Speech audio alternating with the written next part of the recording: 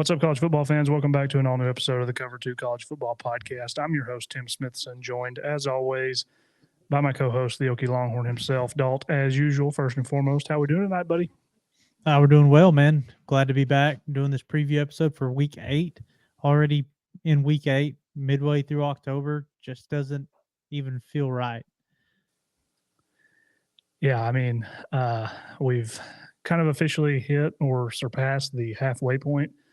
It was hard to believe that Week 7 was last week. We're already in the Week 8. You kind of have some of these teams kind of solidifying themselves as the contenders, the pretenders, the teams that suck, the teams that, just ho-hum. So some of us are enjoying the season more than others, but, we're not going to talk about that. But we got, like you said, Dalt, Week 8 preview. The only thing really news-wise, it's not really news. I just kind of wanted to talk about this just because I thought it was so dumb, and I brought it up to you. We're kind of getting into the Heisman stuff, kind of, coming down the stretch here, 5-6 games left in the season. And we talked about this. How bad did Travis Hunter look saying what he said about Ashton Jeanty? I guess it was Robert Griffin's show, I think is what I saw it on. I don't really know exactly what that is, but yeah, basically the quote was something of the sense of he basically propped himself up for playing both sides of the ball, which that's great. We all know how good Travis Hunter is. But then he made the comment of he has over 1,000 yards on 95 carries. How many yards would I have if I had 95 catches? And it's like, I just don't know. You can't compare that stuff. Averaging 10 yards a carry and averaging 10 yards a catch are two completely different animals. If you're averaging 10 yards a catch, you could be running 10-yard hitch routes and just locking it up. If you're getting 10 yards on the ground, a carry, yeah, you're doing something. Ashton Jeanty is the best running back in the country, and he is on pace to break Barry Sanders' rushing record. And to say that just because you play both ways, you're something special, guess what? Ashton Jeanty didn't have to sit out 3/4 of a game because he was hurt. Well, and not only that, but he's a lot of these games, Boise State has blown out their opponent, and he's not even played in the second half. It was a couple weeks ago. He had over like 200 yards, I think, at halftime, and they were winning. I can't remember who it was against, but that he literally did not play in the second half, which we talked about that a little bit, not on the pod, but kind of talked about how I think it's kind of dumb that Boise State's doing that. And maybe, you don't really know what's going on, but you have a legitimate chance at Boise State to win a Heisman Trophy, which is something that I don't believe has ever been done there and you may never have that opportunity again. So to me, if I'm his coach and, we're going for that group of 5 spot in the playoff, but we're going to try to get this Heisman too. Like, that's an accomplishment. Like, yeah, that's a, I mean, there's a lot of big-time Power 5 schools, Power 4 schools that don't have Heisman trophies. So I don't really understand that, but I just wanted to touch on that. He's going to get plenty of carries. He's going to get his yards. I would almost bet that they're kind of letting him know, like, hey, we've got 12 games, a conference championship, and we're going to be in the playoffs. Yeah. Like, we're going to be there. You're going to get extra games to get your rushing yards in. Let's keep you healthy. When we're up big, there's no sense in trying to pad your stats when we're up big and you've already got 200 yards. If you average 200 yards on the ground every game, I mean, that's going to be what, 2,600 rushing yards? Yeah, like you made the comment, he's basically on pace to completely just obliterate. I mean, not really obliterate, but break Barry Sanders' record, which is a record that I think. What is Barry Sanders' record? 2,400? Let's see if I can. I got it right here. It is. That's not what I was looking for. Just pulling up. 2,600 yards, 26-28, and 37 touchdowns in 11 games. Yeah. Yeah, 2,628. They might need to start padding them stats a little bit. Yeah, for sure. Over over Barry Sanders' final 5 games, rushed for 1,472 yards on 189 carries, 7.8 an attempt to set the FBS record. Uh, yeah, I mean, I think he's got a real chance, but like I said, that's why you don't pull him. Let him break that record. Let him win the Heisman. Like unless him as a player for his own future in the NFL is asking like, I don't want a heavy load if I don't have to have it to set because the shelf life of a running back is so short in the NFL. I mean, you're basically unless you're a guy like McCaffrey in the NFL, you're not seeing those big contracts because they're getting your rookie contract out of the way and drafting another guy that's probably just as good that they And can pay young. a lot less money and young. Yeah, like it's kind of like trading in for a new car every 4 or 5 years.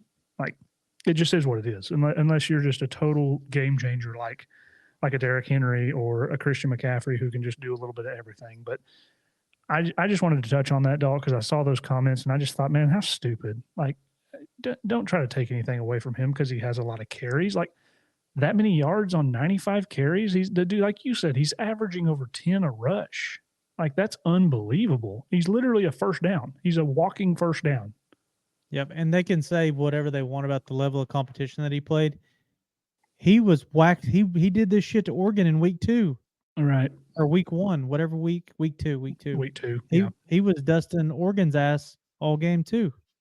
Yeah. So I just wanted to touch on that before because, we typically, if there's anything to talk about, we kind of touch on it before we get right into the preview. But I just wanted to kind of get your thoughts. And What I about know Dan Lanning being a oh yeah, walking rule change? yeah, we'll talk about that too. The NCAA is now considering a rule change. Kind of intriguing that Ohio State seems to be on the wrong end of all these quote unquote rule changes scandal situations. It's like they can't stand to get beat, and so they cause a big and basically what we're referring to if you live under a rock and haven't been on social media. Dan Lanning alluded to the fact that they purposely got the 12 men on the field penalty at the end of that game Saturday night to basically waste time on the clock because the clock ran, the play happened, and they don't put that time back on the clock, and it was just a 5-yard penalty. Totally big brain if that's what they did. And he alluded to it, talked about how they practice, a lot of situational stuff. Kind of had that little grin on his face when he was talking about it, and you just talk about another just the NCAA adult. They suck.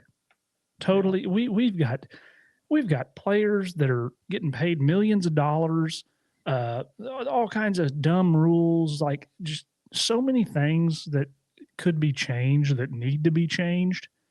And we're all of a sudden worrying about a coach that used good strategy in the moment to help his team win.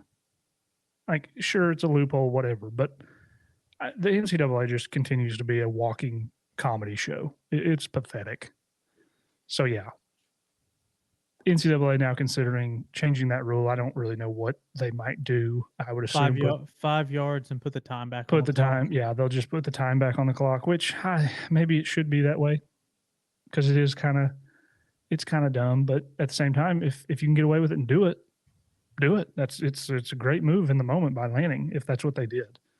But anyway, if you're ready, Dalt, we'll get right into this preview. We got 5 games we're going to pick as usual. You went 2-3 last week. I went 1-4, so both looking to have a little bit better week here. We got some pretty good matchups. Obviously, a couple of huge matchups in the SEC, 2 or 3 actually, and then a couple other good ones that we're going to touch on. And then obviously do our bold predictions, least surprising outcomes, and whatnot. So our first game, Dalt, we're heading into the Big Ten. We've got the Nebraska Cornhuskers. They are going on the road to face the 6-0, 3-0 in the conference, undefeated, number 16 ranked Indiana Hoosiers. Kurt Cignetti, got the ball rolling in Indiana. Obviously, Nebraska 5-1, 2-1. This is a huge game as far as conference race goes. But Indiana adult, they come in here as a 6.5 point favorite. Over under is at 50.5. So not expecting a crazy amount of points, which I think is probably right. But couple of pretty powerful offenses that if they can get rolling, I could see that overhitting. But what's kind of your initial thoughts? We get this one early Saturday morning. It's 11 a.m. on Fox, big noon kickoff. What do you make of this matchup? So this is a prime look ahead spot for Nebraska going into the season. Everybody expected Nebraska to be 6-0, 7-0 going into that Ohio State game next week. It's not really that anymore. Indiana has throttled everyone they've played. The Rourke kid has been just lights out. 1,700 yards, 14 touchdowns, only 2 interceptions. They're getting it done on the ground with the Ellison kid as well. Whatever they're doing, I haven't seen them play a single game.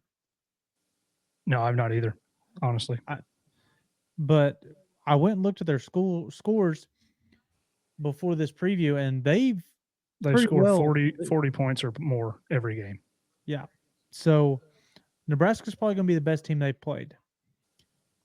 This is probably going to be the best team Nebraska's played as well. It's on the road, big noon kickoff.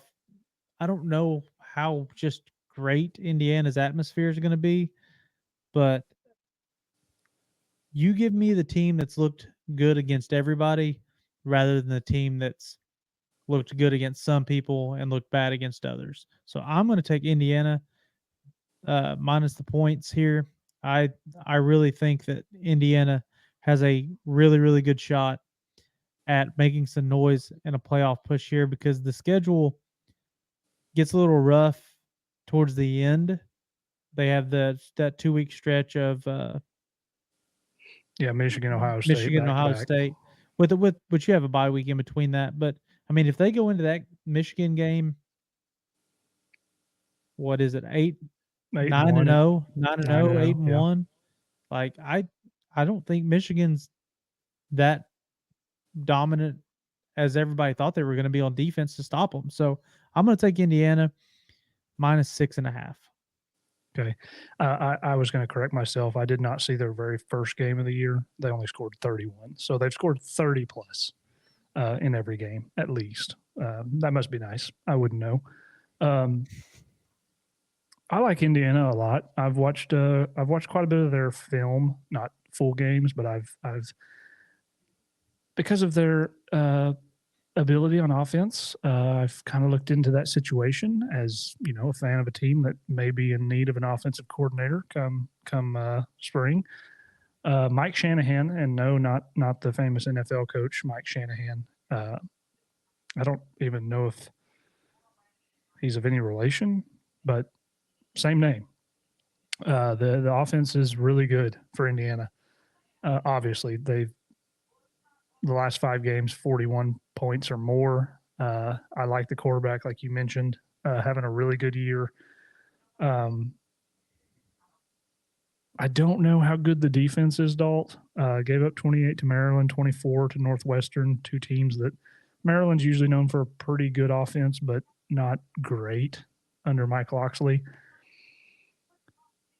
And I agree with you. What's the home atmosphere like? I mean, this picture on ESPN's website of the stadium, it's like half empty. So it's probably not going to be half empty on Saturday. Indiana is a basketball school. It is what it is, historically speaking. But I like them a lot, and I think I'm gonna lean with you on this one. I think I'm gonna take the Hoosiers at minus 6.5. I just think Nebraska is maybe a year away from winning some of these bigger games with Matt Rule and Raiola, who's obviously a true freshman. He's had some ups and downs. I think he's a really good player. But I just don't think that I don't know. Part of me really wants to take Nebraska. I might be this way 2 weeks in a row, Dalt. But I'm going to go Indiana. I think they're a little bit better.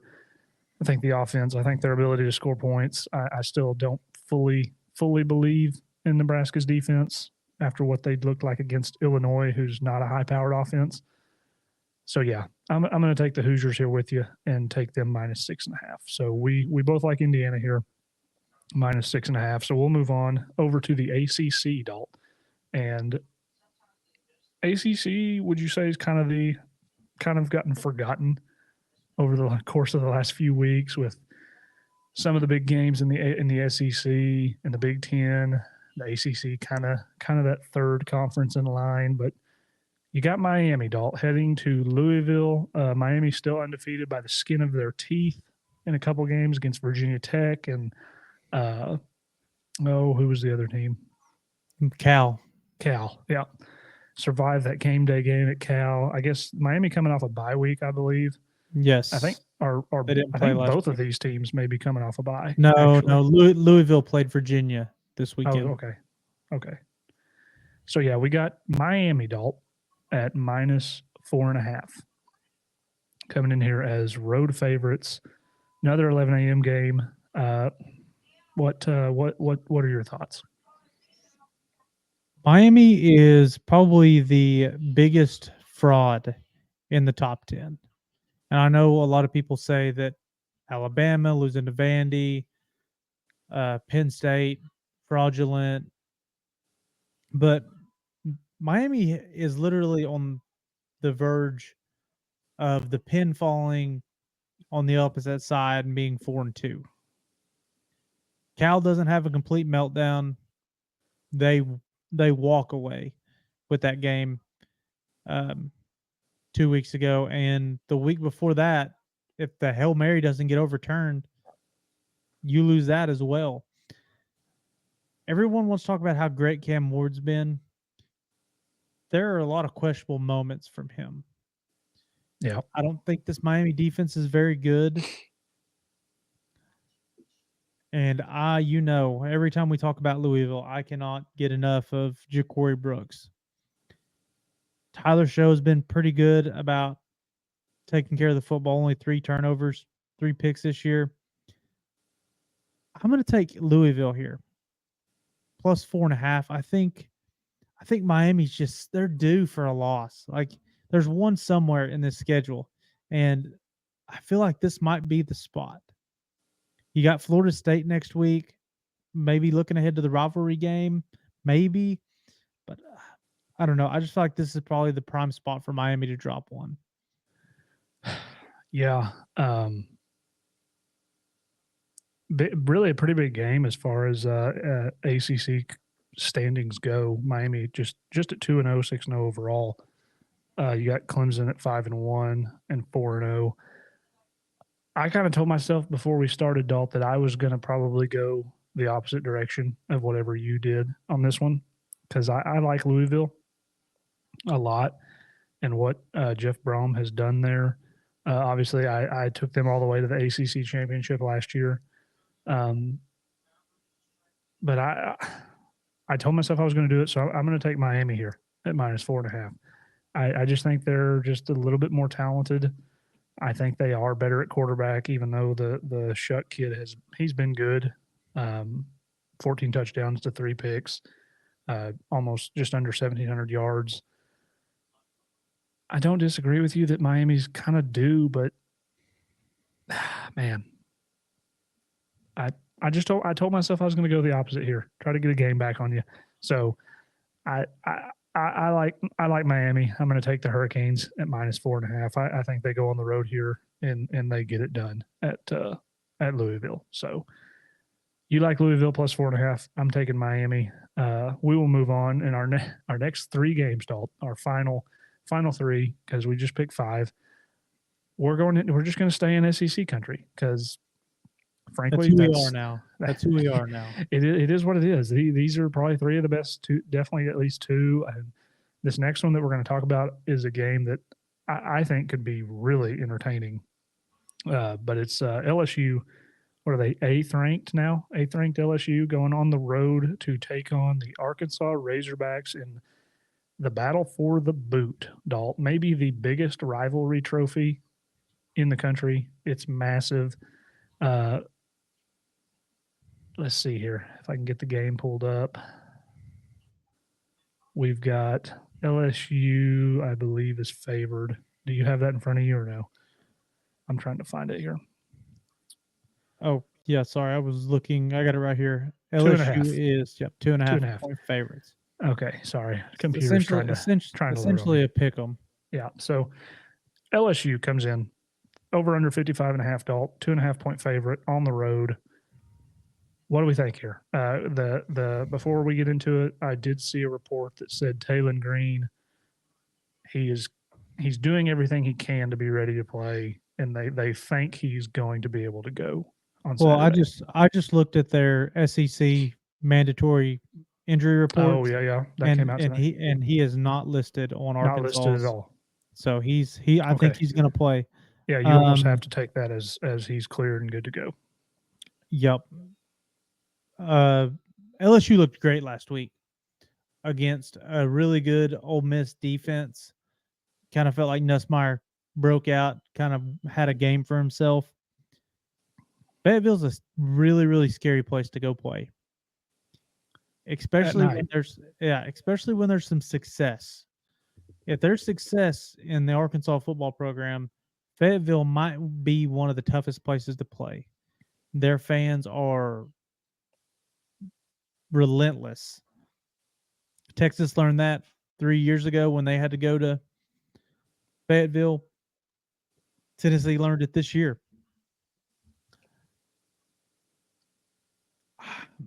I'm torn because this this Arkansas defense is really, really good. Their front seven does a really good job of getting after the quarterback. Don't really get a whole lot of time for the back end to get burnt per se, which is exactly what they did to Tennessee. They just really heated up Nico. I think they could really do that to Nussmeier as well. I can't go away from him. I feel like he last week was his coming out party. I feel like he's about to really, really turn the corner. And I think the Nuss Bus and the LSU Tigers find a way to come out of Fayetteville with another win.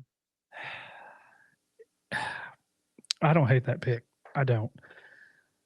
You kind of feel like LSU doll. They could be in kind of a letdown spot after such a big emotional win in overtime last weekend over Ole Miss. Arkansas coming off a bye after a massive win against Tennessee. Can they get top 10 wins and back to technically not back to back, but in back to back games? Man, I wish this spread was a little higher because I think I would if it was more than 3, I would love Arkansas to cover but not win. But I think I'm gonna go with you. 2.5. It's just too close. I think LSU is going to win the game, and so I think they win by at least 3. I think this is going to be a really, really good game. Should be a lot of points. I mean, I know you talked about Arkansas's defense is really good. They get after the quarterback, but that LSU offensive line, well, it'll be interesting to see how what is it, Will Campbell, I think is his name, the Yeah. tackle for LSU, how he handles Landon Jackson, the really good defensive end there at Arkansas. Former LSU Tiger Landon Yeah, Jackson. yeah, Or is it yeah. Is it yeah. Landon? Yeah, I'm pretty sure it's Landon. Yeah. I think that's right. If it's not, I'm sorry. Um, I'm just trying to figure out what his brother's name is because he's the one that's committed to Texas. I'm going to go LSU here minus 2.5. I'm going to go with you. I think they've figured out a little bit on the defensive side of the ball under Blake Baker, a new staff. I just, if it was 3.5, I think I would take Arkansas because I could see this being a 3-point game, like 31-28, 34-31, something like that. But I got to go LSU here.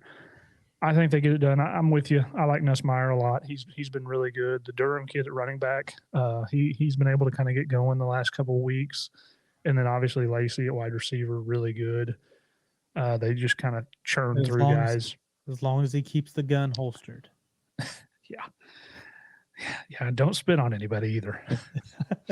uh, all right, LSU minus 2.5. We're going to both go with the Tigers. So we will move on to it's the third week in October, which means nothing more than we get Alabama against Tennessee. A big, big, big old school SEC rivalry. Winner will be smoking cigars on the field in the locker room. This game is going to be in Knoxville, Dalt. And the last time this game was in Knoxville was 2 years ago, and it was an absolute thriller. You had the shanked field goal that still somehow made its way through the uprights. They then got carried into the Tennessee River. First time, I believe, Tennessee had beat Bama under Nick Saban. Alabama obviously won the matchup last year, but both these teams, Dalt, coming in here 5-1, 2-1 in the conference. Alabama has not looked great. Lose the game to Georgia. Well, no, who'd they get? Vandy. Georgia. It's hard to remember. Lose the game to Vandy, and then they were a couple plays away from losing to South Carolina last weekend.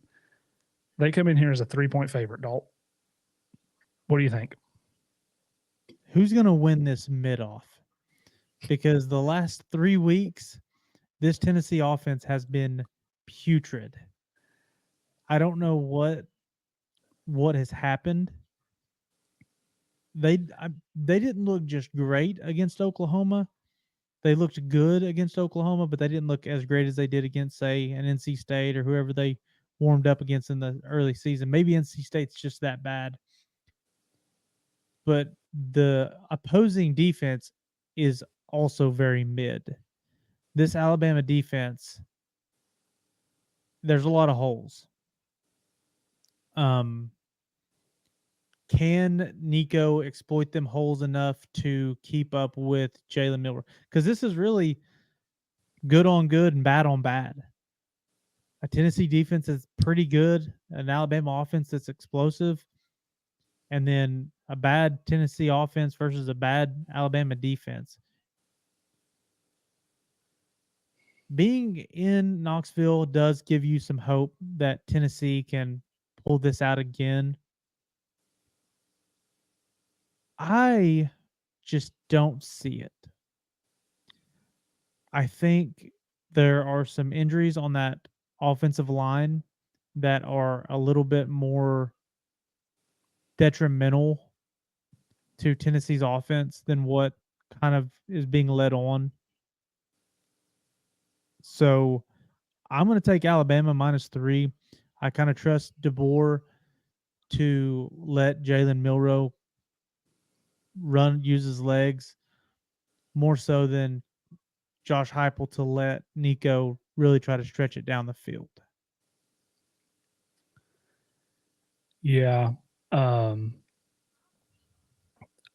I think I agree. I think I'm going to go I'm going to go Bama -3.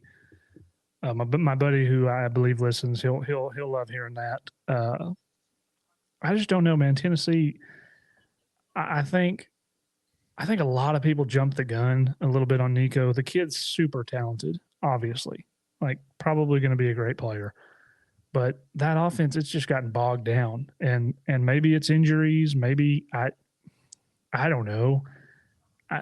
It just hasn't. I mean, you even say like they look pretty good against OU, and I know you had the stuff with Heupel talking about he dialed it back, and but even in that first half against Oklahoma, like I was at that game, and other than the big play to Thornton, like they didn't really do anything that was just crazy impressive to me. And so really since conference play started and they've played some, better defenses, it's just gotten kind of bogged down. They've not really been able to run the ball as well as they had been. And I do think Bama has some issues defensively, but I just think they're the better team. And I think as tough as Neyland is to go in and win, Bama's done it plenty of times. And I think they're going to do it again on Saturday afternoon. So big key. This game is at 2:30 on ABC, not at night. Yeah, I like Bama. I think Milroe gets it done. Give me Alabama -3. I think they win this game by a touchdown, if not more. I can't put faith in Tennessee right now. They just not looked apart the last couple of weeks. I mean, they arguably should have lost that game to Florida. They did get beat by Arkansas. I mean, it's just not been great. So, and then I don't know if you saw their best linebacker, the Peely kid. He's out for the season, hurt his knee. I think tore his ACL, so that hurts. Probably a guy that would have been spying Milroe. I mean, so still a good defense, but I just like Bama. So we'll move on to game of the week. Big one for your Longhorns. The University of Georgia is heading to Austin, Texas, to take on the number one ranked Texas Longhorns, coming off a big Red River win against Oklahoma. What's the spread here, Dalt? I know 5. Texas. It has been Texas -5. It has been bet up from 2.5 to 5. So Texas comes in here as a 5-point home favorite. You got thoughts? I know you do. So let's hear it. Who is Georgia? Who are they? Yeah, they I would agree. They kind of have an identity crisis right now. You don't really know. They don't lean on the run. I heard something. I think it was Josh Pate was saying that they're like 86th in the nation in rushing yards. Their defense isn't great. The secondary can be had. I don't know if that is youth or just, maybe some guys that maybe they missed on some evals that weren't as elite as they thought they were coming out of high school. But Carson Beck looked great last week, albeit it was against a Mississippi State team that Graham Mertz carved up as well. So you can take that with a grain of salt. Mississippi State still put up 31 points. Yeah, that's what I was about on to say. Georgia. And everybody wants to talk about how Texas hasn't played anybody and this and that. Texas hasn't played an offense. Well, Mississippi State didn't put up 31 points on Texas. They put up 13 with a garbage time touchdown. I think Texas is going to play their best game on Saturday. I think you go into this season, this game was circled the moment it was announced that they were going to be playing this game. You get through the Red River game fairly healthy. Isaiah Bond's practicing this week. And you don't really ding anybody up. You don't really have to just stress yourself. Guys that you can rest your defensive guys. I think in the bigger games, Quinn shows up. I think the preparation for Quinn during bigger games is better than when he's playing just nobody. You've seen how good he looked against Michigan. I'm taking Texas -5. I think that this is going to be a game that solidifies what everybody else already kind of thinks in Texas being the best team in the country. Okay. And I'll ask you this question. What is the reaction if Texas wins this by 2 scores?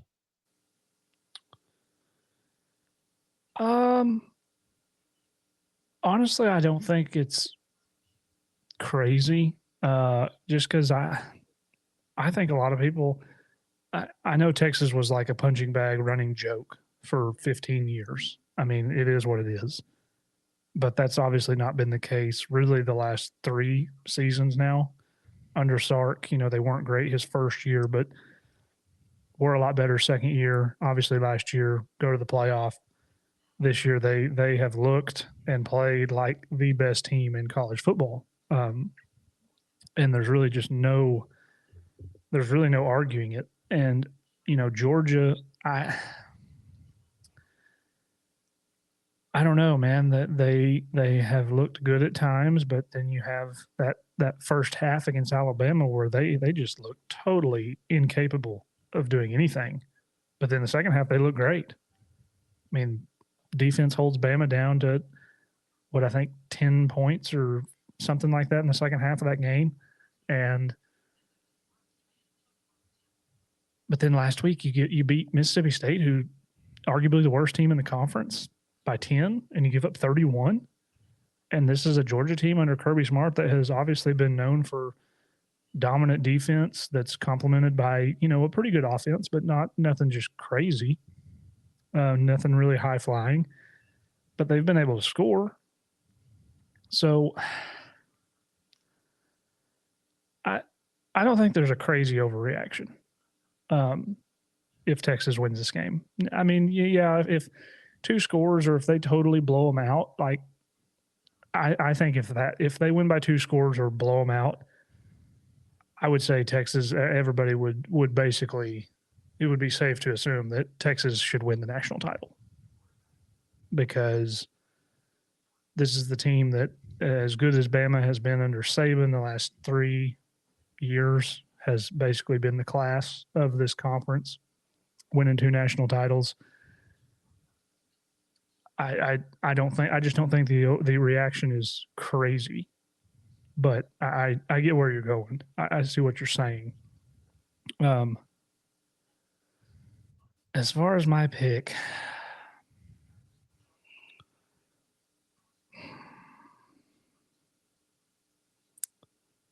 I don't know, Dalt.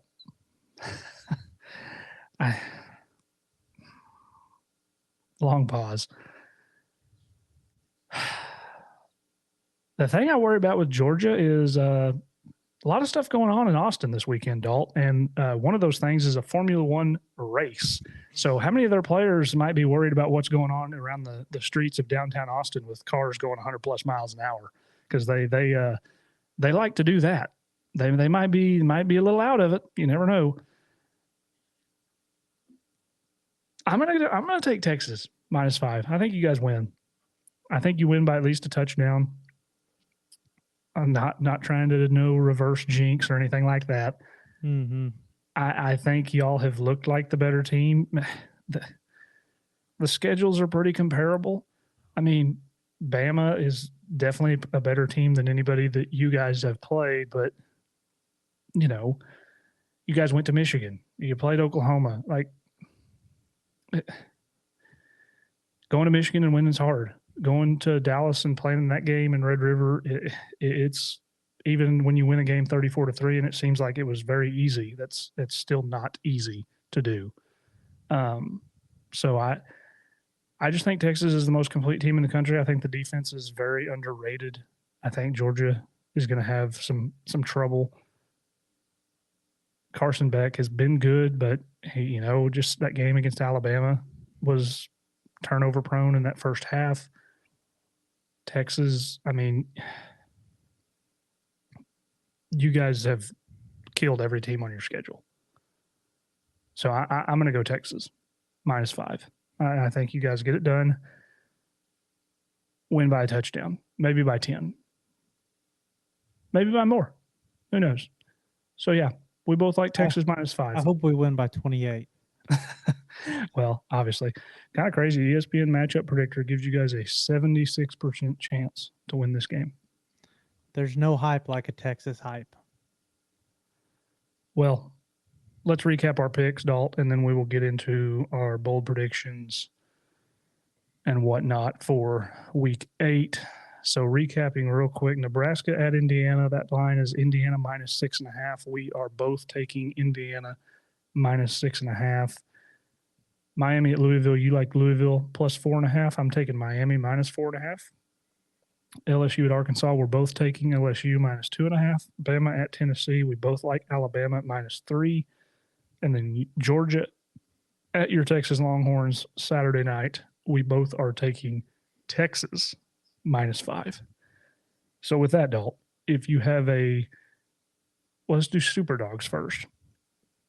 Do you have a Super Dog for week 8? Yes, I do have a super dog for week 8. My super dog is, I just had it. Where did it go? Where did it go? Right. Oh, yeah. Virginia is a 21.5 point dog at Clemson. Virginia hasn't looked as terrible as people thought. They're 4-2 right now. I think they can keep this within 3 scores. Yeah. I like that one a lot. I actually thought about taking that one, but I'm going to go over to stay in the SEC here, like these last 3 games we picked, and I'm going to take Auburn plus 4.5 at Missouri. I think Auburn's kind of due, man. They've played some close games, kind of competed here and there. I think they're a little bit better than that 2-4, 0-3 in the SEC record indicates. I don't think they're a great team by any means, but I think they're a little better than the record indicates, and I like them to, at the very least, get beat by 3. But I think I could see Missouri losing this game. They've not looked great, so I'm gonna take Auburn plus 4.5 against Missouri. So, do you have a bold prediction? Coming off of the highs of highs and having a big game to look forward to next week, the Texas A&M Aggies are going to go to Stark Vegas and get upset this weekend. Okay, that would certainly be a surprise.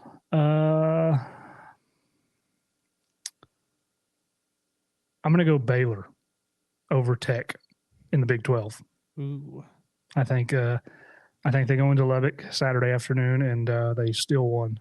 Maybe potentially a job saver for old Dave Aranda. And even though the good people of Baylor may not want that at this point, they are 0-3 in the Big 12, 2-4 overall. But give me the Bears in an upset over Texas Tech, who's undefeated in Big 12 play. Do you have a least surprising outcome, Dalt?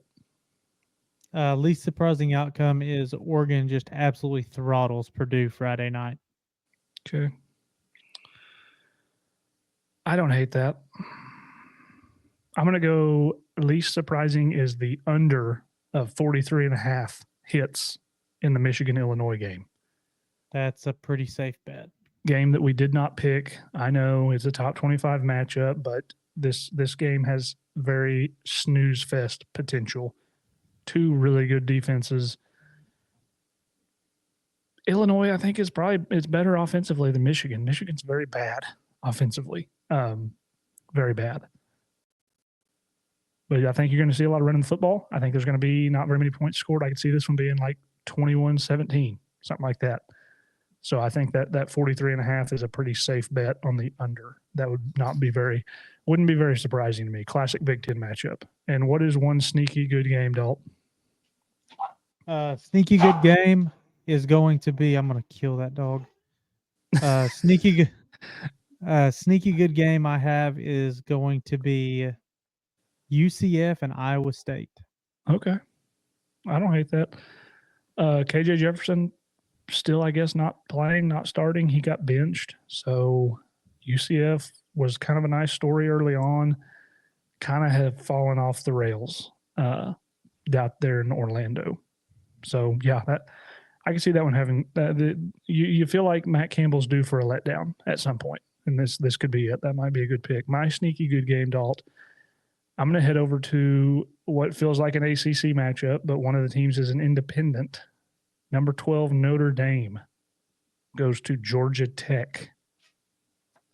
12.5 point favorites.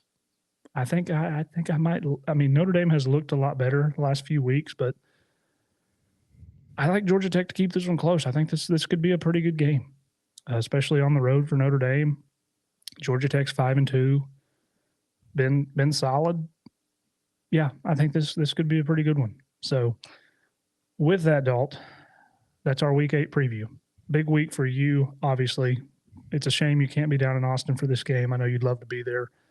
I'd have to sell my house to get a ticket and a hotel room down there this weekend. Yeah, I saw somebody tweet out like the Formula One race, UGA Texas, There's like a Eminem's concert of concert. some kind. Eminem Yeah, has a that's going concert on. Sunday night. Yeah, so a lot going on. It's kind of the epicenter for everything Saturday night. So hopefully, for your sake, hopefully your Longhorns don't disappoint. Um, I I picked them, and like I said, I promise I'm not no voodoo. I'm not trying to pull that on you. I'm not going to be that guy. I really think Texas is a better team, but this should be a pretty good follow up to what was a great weekend in college football. A lot more big games this weekend. You kind of just going to further into that process of these teams separating themselves, Dalt. So I'm looking forward to it. If you don't have anything else, then we kept this one short like we'd like to do, and we'll enjoy this weekend of college football, and we'll be back for a recap episode hopefully this weekend. And if you don't got anything else, Dalt, I guess we're out. Don't forget to cover the flats.